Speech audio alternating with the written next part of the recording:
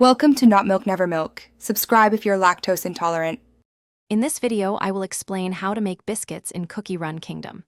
To get started, you'll need to understand the fundamental ways new cookie characters are introduced into your kingdom. This involves collecting specific resources and utilizing various in-game mechanics. We'll cover the primary methods, ensuring you have a clear path to expanding your roster with powerful and adorable cookies.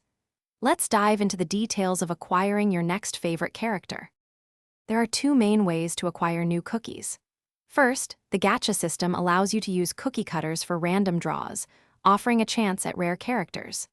Second, you can collect soul stones. Once you gather 20 of these specific fragments, you can summon a particular cookie directly. Additionally, keep an eye out for special in-game events and missions, as these often provide opportunities to earn new cookies or their soul stones as rewards. Understanding your resources is vital for efficient cookie acquisition.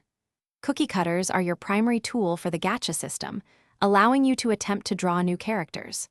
Soul stones are unique fragments that, once you have 20, enable you to summon a specific cookie or promote an existing one, making them stronger. Crystals, the game's premium currency, can also be used to purchase cookie cutters or other valuable items. To maximize your cookie collection, employ smart strategies. It's often wise to save your cookie cutters for specific rate-up banners, which significantly increase your chances of getting a particular rare cookie. Focus on gathering soul stones for the cookies you truly want to add to your team or promote. Always engage with in-game events.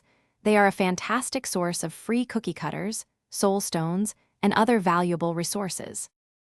Thanks for watching. If this was helpful, leave a like and consider subscribing. See you next time.